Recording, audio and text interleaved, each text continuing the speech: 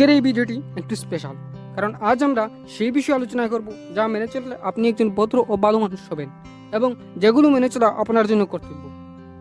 Number 1, কারোর সাথে কথা বলতে কোনো তাড়াহুড়ো করবেন না।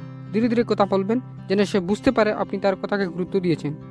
নাম্বার 2, কাউকে ভুল ধরিয়ে দিলে তার আগে তাকে সরি বলবেন, এতে আপনার প্রতি তার শ্রদ্ধা বা ভালোবাসা বেড়ে যাবে।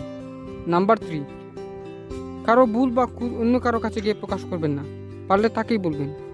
নাম্বার 4, কারো কাছ থেকে ধার নিতে চাইলে তা পরিশোধ করার নির্দিষ্ট একটি সময় দিবেন এবং চেষ্টা করবেন সেই সময়ের আগে সেই ধারটা শোধ করার, এতে আপনার প্রতি তার বিশ্বাস বেড়ে যাবে। নাম্বার 5, কাপড়ের দোকানে যে কাপড়টি আপনার পছন্দ হয় সেটি আগে দোকানদারকে দেখাবেন না, প্রথমে আপনার অপছন্দনীয় একটি কাপড়ের দাম জিজ্ঞেস করবেন। নাম্বার 6, তৃতীয় জনের সামনে দুইজন কখনো কানাকানি করে কথা বলবেন না, এতে তৃতীয় জনের মনে সন্দেহ হওয়ার আশঙ্কা থাকে। নাম্বার 7, কারো মেসেজ সিন করার পর তার উত্তর দিতে দেরি করবেন না। নাম্বার 8, কারো সামনে নিজেকে নিয়ে গর্ব বা অহংকার করবেন না এবং অপরকে তুচ্ছ মনে করবেন না, কারণ সবাই সব কিছু জানে না, আপনারও অনেক কিছু জানার শিকার আছে। নাম্বার 9, কাউকে এমন কিছু প্রতিশ্রুতি দেবেন না যা আপনি রক্ষা করতে পারবেন না। মনে রাখবেন, প্রতিশ্রুতি রক্ষা করতে না পারলে আপনাকে কেউ বিশ্বাস করবে না।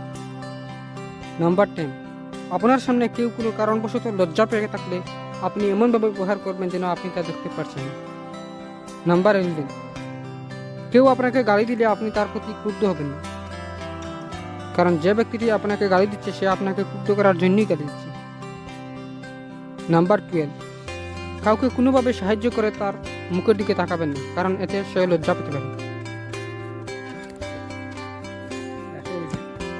যদি আজকের এই ভিডিওটি ভালো লাগে তবে ভিডিওটিতে লাইক করবেন এবং এরকম নতুন নতুন ভিডিও পেতে চ্যানেলটি অবশ্যই সাবস্ক্রাইব করবেন।